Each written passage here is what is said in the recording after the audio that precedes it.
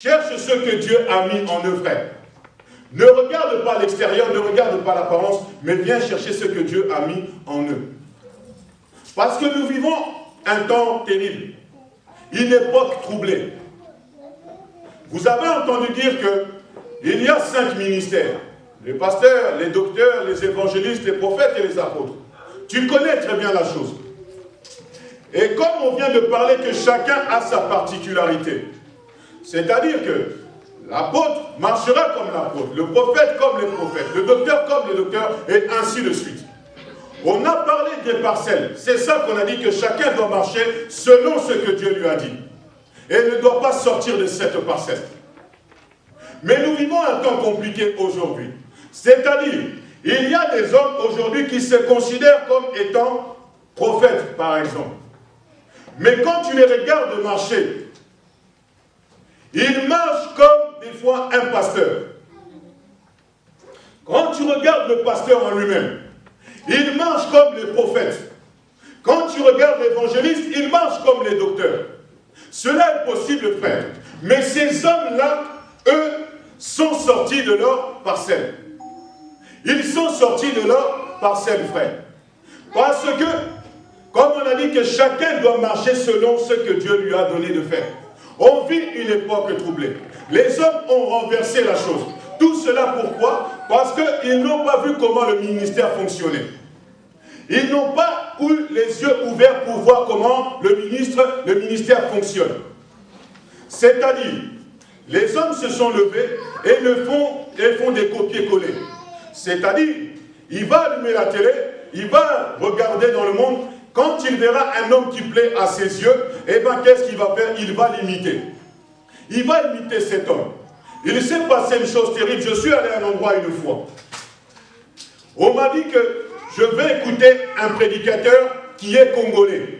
On m'a dit ça. Je vais écouter un prédicateur qui est congolais. Je dis oui, on y va, on va écouter cet homme congolais qui est prédicateur. Mais à ma grande surprise, quand je suis arrivé en ces lieux, j'ai trouvé que cet homme n'était pas congolais, mais il était ivoirien. Parce que cet homme parlait comme un ivoirien. Mais exactement comme les Ivoiriens parlent. S'il y avait un Ivoirien ici, vous allez l'écouter parler, vous allez voir. Les Ivoiriens ont leur particularité de parler. Et cet homme congolais me parlait comme un Ivoirien.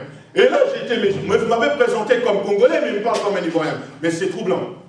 Et j'ai commencé à faire mes recherches. Et j'ai compris quelque chose. Que cet homme prédicateur congolais qui marche comme un Ivoirien, lui-même, la manière de se comporter, il a copié-collé à un serviteur ivoirien qui est mort aujourd'hui. Il marche comme lui, il parle comme lui, il fait les gestes exactement comme lui. Frère, ça c'est folie, frère. Il parle, lui qui est congolais, parle comme un Ivoirien, vit comme un Ivoirien, marche comme un Ivoirien, ça c'est folie. Parce que l'homme de Dieu, son service qu'il doit accomplir, doit le trouver ici de Genèse à Apocalypse. Parce que Dieu lui parle. Dieu lui montre ses parcelles. Et ces parcelles, ce n'est pas la télé qui doit lui montrer. Ce n'est pas ce que les gens font doivent lui montrer, mais c'est ce que Dieu dit. Un homme fidèle, un homme de Dieu fidèle, c'est celui qui vient devant le peuple là, pour donner ce que Dieu lui a donné fidèlement. L'homme de Dieu vient pour ça au milieu du peuple. L'homme de Dieu vient pour ça, frère. Cet homme ivoirien, cet homme congolais qui marchait comme un Ivoirien, écoutez la suite de la folie, frère. Donc j'ai dit que lui, copier-coller ce que cet homme là-bas avait fait, cet Ivoirien qui était mort. Maintenant, l'auditoire, ceux qui étaient autour de lui, des frères qui aspiraient au ministère, qui aspiraient au service. Parmi ces frères, il y avait des Antillais. Il y avait, oui, des Ivoiriens. Il y avait des Congolais, il y avait même des Blancs. Mais ce que j'ai trouvé étrange, eux tous étaient devenus Ivoiriens. Ils se sont ivoirisarisés, je ne sais pas comment on dit. Ils sont tous venus Ivoiriens dans l'Assemblée, frère. Ils parlent tous avec les ministres dans la France. Voilà ce qui est folie, frère. C'est ça qui est folie. L'homme de Dieu, c'est celui qui prend Genèse et Apocalypse, et là, Dieu lui enseigne ses parcelles. Lui enseigne ce qu'il a dit. Parce que l'homme de Dieu, comme on vous a cité les étapes de la femme, la jeune fille, la jeune femme et la femme, l'homme de Dieu, c'est celui qui est capable de voir à quelle étape est l'Église. Parce que quand on dit la jeune fille, la jeune femme et la femme, on rapporte ça à l'Église. L'homme de Dieu est capable à quelle étape la femme allait. Il est capable de voir. Afin d'apporter le message utile pour que la femme fasse ce cheminement-là pour arriver à l'état de femme. L'homme de Dieu doit faire ce travail. L'homme de Dieu ne doit pas venir au milieu des gens répéter les enseignements qu'il a vus sur Facebook. L'homme de Dieu doit être inspiré. Il doit vraiment être inspiré de Dieu. Parce qu'on a dit que l'obéissance vaut mieux que le sacrifice. Le secret de l'homme de Dieu va dans l'obéissance. Et si l'homme de Dieu obéit, frère, obéir à ce que Dieu lui dit, le miracle va se passer, frère. Voilà pourquoi, mon frère, ma soeur, j'attire ton attention. J'attire ton attention. Quand tu t'approches de l'homme de Dieu, tes problèmes que tu as, ils doivent trouver solution. Les difficultés que tu as doivent trouver solution.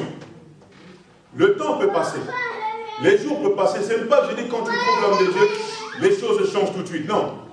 L'homme de Dieu, Dieu doit lui parler en lui de tes problèmes là.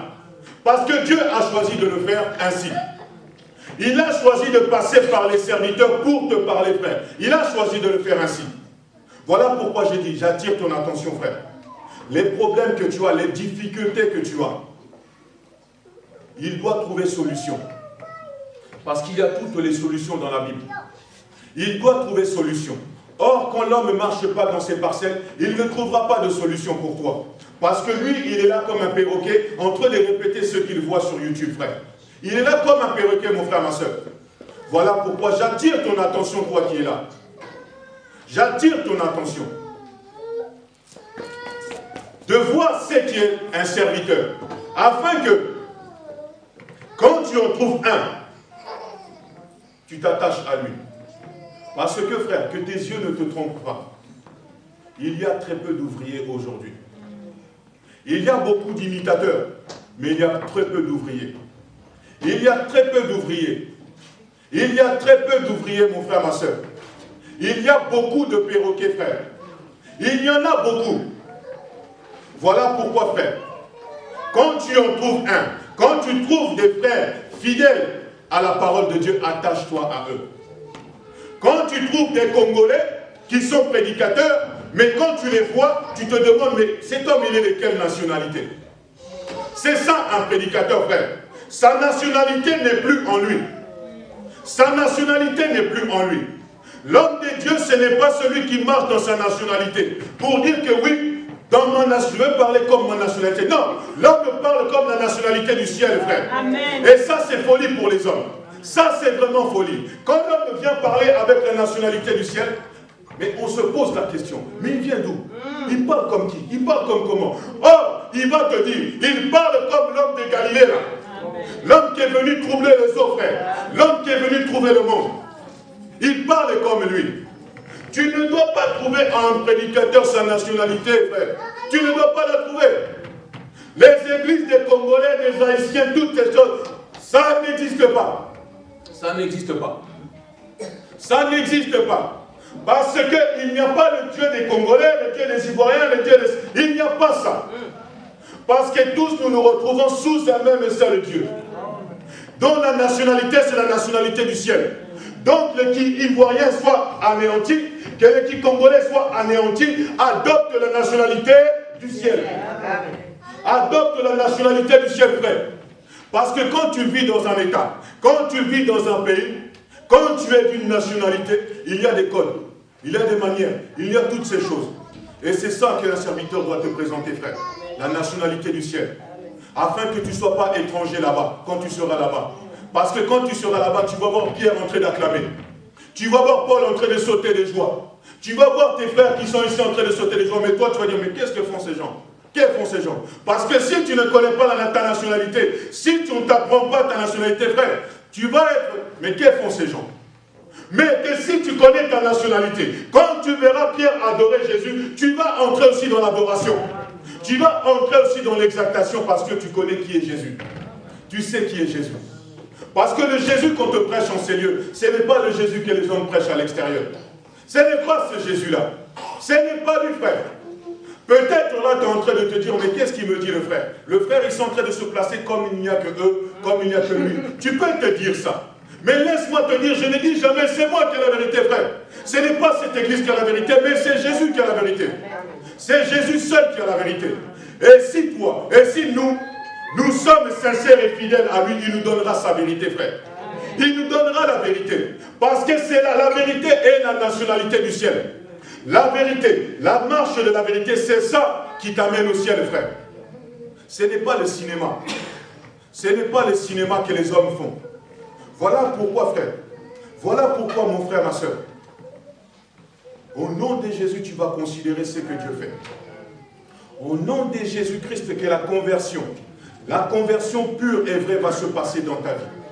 Au nom du Seigneur Jésus, un changement va s'opérer dans ta vie.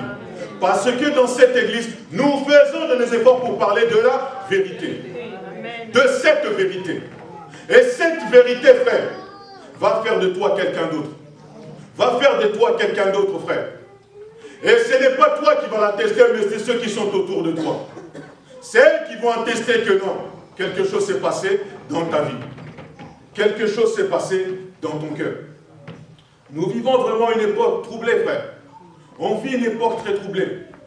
Ne regarde pas tous ceux qui se disent ministres comme ministres, frère.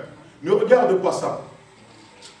Car la vérité se trouve en Jésus. Et Jésus a parlé de Genèse et Apocalypse ici, là. Et Jésus te parle encore jusqu'aujourd'hui. Il suffit à toi de faire la démarche. C'est juste à toi de faire cette démarche, de le prier sincèrement, de le chercher sincèrement. Car chercher Jésus sincèrement, qu'est-ce que c'est? Chercher Jésus sincèrement, qu'est-ce que c'est, mon frère? Qu'est-ce que c'est, ma soeur? Qu'est-ce que chercher Jésus sincèrement? Ce n'est que de tout ton cœur, de toute ton âme. Tu ne peux pas le chercher à moitié. Oh, un pied dedans, un pied dehors. Ça n'existe pas dans la parole de Dieu. Ça n'existe pas. Les pieds que tu as, les jambes que tu as, si tu veux qu'elles aillent au bout là-bas, elles doivent prendre le même pas. Mais si ton pied va à droite et l'autre il va à gauche, tu vas rester là, frère. Tu n'avanceras pas. Tu ne bougeras pas. Ce qu'on veut te dire aujourd'hui, c'est que le Seigneur t'aime. Le Seigneur t'aime. C'est à toi de considérer la chose.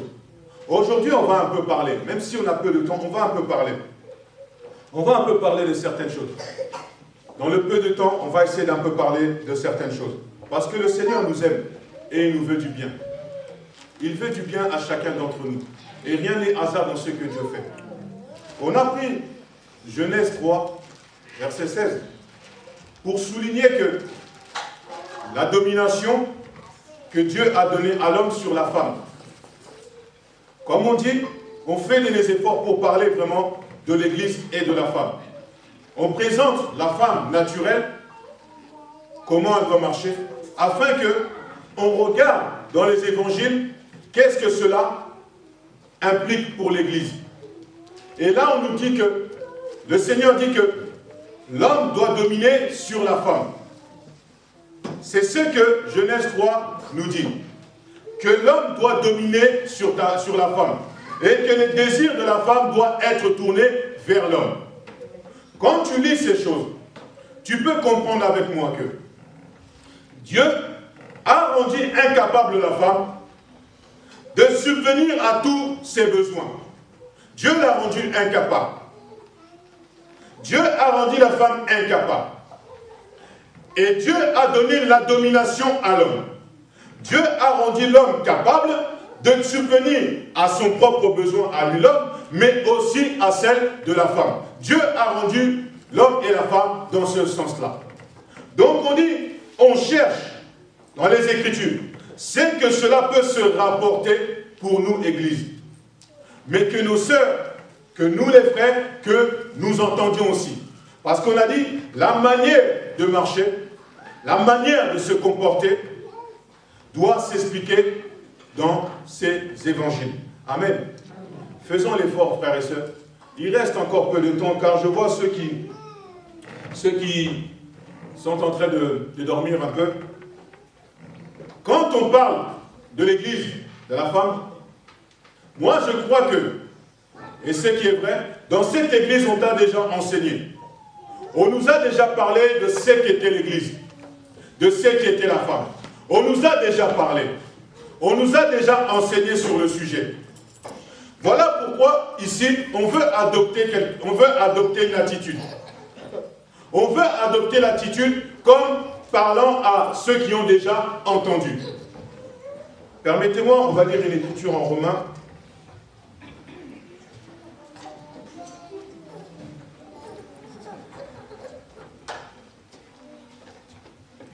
Pardon, excusez-moi, en hébreu.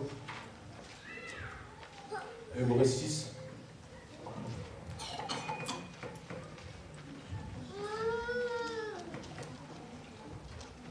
Hébreu 6, à partir du premier verset. Je lis rapidement.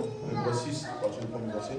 C'est pourquoi, laissant l'enseignement élémentaire de la parole du Christ, tendons vers la perfection sans poser de nouveaux fondements, repentance des œuvres mortes, foi en Dieu, doctrine des baptêmes, imposition des mains, résurrection des morts et jugement éternel. C'est ce que nous allons faire si Dieu le permet. Nous pouvons nous arrêter là. Donc, ici, Paul nous enseigne quoi? Ici, Paul nous parle qu'il y a des enseignements élémentaires. Il y a des enseignements élémentaires. Des bases, ce qu'on peut dire, des bases. Des choses élémentaires. Et l'homme de Paul énumère ces choses. Énumère les enseignements élémentaires. Les énumère. Là, j'attire ton attention, frère. Les bases, il les appelle des choses élémentaires. Donc, si tu poursuis la lecture ici de Hébreux 6, tu vas voir que l'homme de Paul considère, le frère Paul considère que les choses élémentaires qu'on dit sont comparables à du lait. Il les compare à du lait. Les choses élémentaires les compare à du lait. Et il parle aussi plus loin de la nourriture solide. Par là, on comprend, le lait est pour l'enfant. Et la nourriture solide est pour l'adulte. C'est là que j'attire notre attention. Les choses élémentaires là, qu'il parle, qu'il considère comme le lait. Est-ce que toi, frère, est-ce que toi, sœur, tu les connais? Est-ce que toi, sœur, est-ce que toi, frère, tu es capable de nous parler de ces choses élémentaires? Si tu n'es pas capable, si tu ne peux pas, cela n'est pas une honte. Mais approche-toi pour que nous parlions, pour que les serviteurs enseignants puissent se parler des choses élémentaires. Élémentaires parce que c'est les premières choses que nous devons savoir pour avancer dans cette voie. Parce que l'école, on ne la commence pas en 6e, mais on la commence, tu connais bien là où on la commence. On apprend l'enfant comme ci, comme ça, pour qu'il arrive un jour à faire des hautes études. Et dans cet évangile, c'est vrai. Voilà pourquoi on vous a dit que Dieu s'est déversé dans la nature. Dieu, pour connaître Dieu, il faut observer aussi la nature, les choses que Dieu a mis dans la nature. Donc, les choses élémentaires, c'est des choses que nous devons connaître pour vraiment avancer. Voilà pourquoi j'attire ton attention, frère. Si tu sondes au fond de toi que les choses élémentaires, ce n'est point ça, viens avec les serviteurs, ils se feront une joie et vraiment un plaisir. Ce n'est pas une honte. Ce n'est vraiment pas une honte. Viens, approche-toi et nous parlerons des choses élémentaires parce que c'est un salut pour toi, frère. Ne reste pas dans l'ignorance. Ne reste pas dans l'ignorance. Parce que si tu remontes au chapitre 5, nous sommes au chapitre 6, si tu remontes au chapitre 5, tu vois que Paul parle de maîtres. Il parle des maîtres. C'est-à-dire, Paul nous explique que le temps devait produire des maîtres. Le temps devait produire. Et pour que le temps produise des maîtres, il fallait commencer par enseigner la base pour ramener les hommes à devenir des maîtres. Là où es-tu, mon frère? Où es-tu, ma soeur? C'est toi qui sais, c'est toi qui connais. Parce qu'on a cité les éléments là ici qui étaient des choses élémentaires. Pourrais-tu les répéter? Pourrais-tu enseigner quelqu'un d'autre? Paul dit que le temps devait produire des maîtres. Parce que le maître est celui qui est capable de répéter l'enseignement. Le maître est celui qui est capable que l'enseignement qu'il a écouté ait produit une vie en lui. Le maître peut marcher tout seul. Le maître peut avancer tout seul. Mais l'homme de l'élève, celui qui est élève, a toujours besoin qu'on lui donne et qu'on lui tienne la main pour le tirer. Mais or, les Écritures nous témoignent que En ces jours-là, personne ne doit enseigner son concitoyen. Donc nous devons tous parvenir à être des maîtres. Nous devons tous quitter le statut d'élève pour être des maîtres. C'est ça, marcher dans la vérité. C'est ça, une église qui marche dans la vérité. Quand tout le monde tend à marcher, à devenir des maîtres. Quand tout le monde. Parce qu'il y a des assemblées où on refuse cet accès. C'est-à-dire, on refuse que les hommes deviennent des maîtres parce qu'ils pourraient peut-être parler plus que celui qui se tient devant eux. Ils parlent, ils sont comme ça. Mais nous, notre souci, c'est de ne plus te tenir la main, frère. Ce n'est plus de te pousser à te dire, viens prier, viens faire ceci, viens faire. Ce n'est plus ça. Notre souci à nous, c'est que tu deviennes un maître. Afin que toi-même, demain, si tu me vois moi-même qui te parle, je n'ai pas la force, que toi, tu me donnes la force par tes paroles. Et ça, il n'y a que les maîtres qui peuvent le faire. Regarde avec moi, frère, la différence entre le Pierre élève et le Pierre maître. Parce qu'il y avait le Pierre élève et il y avait aussi le Pierre maître. Rappelle-toi, on parle beaucoup de Pierre dans les évangiles. Regarde son attitude quand il était élève. Regarde l'attitude de Pierre quand il était élève. Le Seigneur était toujours derrière lui pour lui tenir la main, pour lui reprocher. Le Seigneur était toujours derrière l'homme de Pierre. Mais quand l'homme de Pierre est devenu un maître, eh bien il s'est tenu devant les gens. Il s'est tenu devant les hommes et a parlé. L'homme de Pierre, quand il est devenu maître, était capable de répéter l'enseignement. Était capable de marcher aussi dans l'enseignement. Frères, sœurs, c'est à ça que nous devons tendre. C'est à ça que chacun d'entre nous doit aller à devenir des maîtres. Tu ne dois pas rester un élève. Tu ne dois pas passer ta vie à boire le lait. Il faut que tu arrives à la nourriture solide. Il faut que tu arrives à manger la nourriture solide. C'est là que tu deviens un maître. C'est là ce qui te dérange aujourd'hui. Ce qui te dérange aujourd'hui. Peut-être aujourd'hui ton entourage te dérange beaucoup. Des mauvais rêves s'appliquent dans ton cœur. Peut-être. Mais c'est parce que tu marches dans les pas des élèves. Parce que l'homme qui est maître, les mauvais esprits ne peuvent plus le déranger. Parce que quand les mauvais esprits viennent, ils connaissent le Jésus du maître. Parce qu'il y a, comme on vous a dit, il y a plusieurs Jésus. Mais le Jésus de Pierre, de Paul, quand il habite en toi, doit renverser tous ces démons, frères. Parce qu'il y a une différence entre le vrai Jésus et le faux Jésus. Et le Jésus que tu as, que tu auras en devenant maître, frère, les ténèbres vont te craindre. Je suis comme toi. J'avais beaucoup d'amis. J'avais beaucoup d'amis. Beaucoup d'amis. Non pas que nous sommes plus amis aujourd'hui. Mais j'étais comme toi.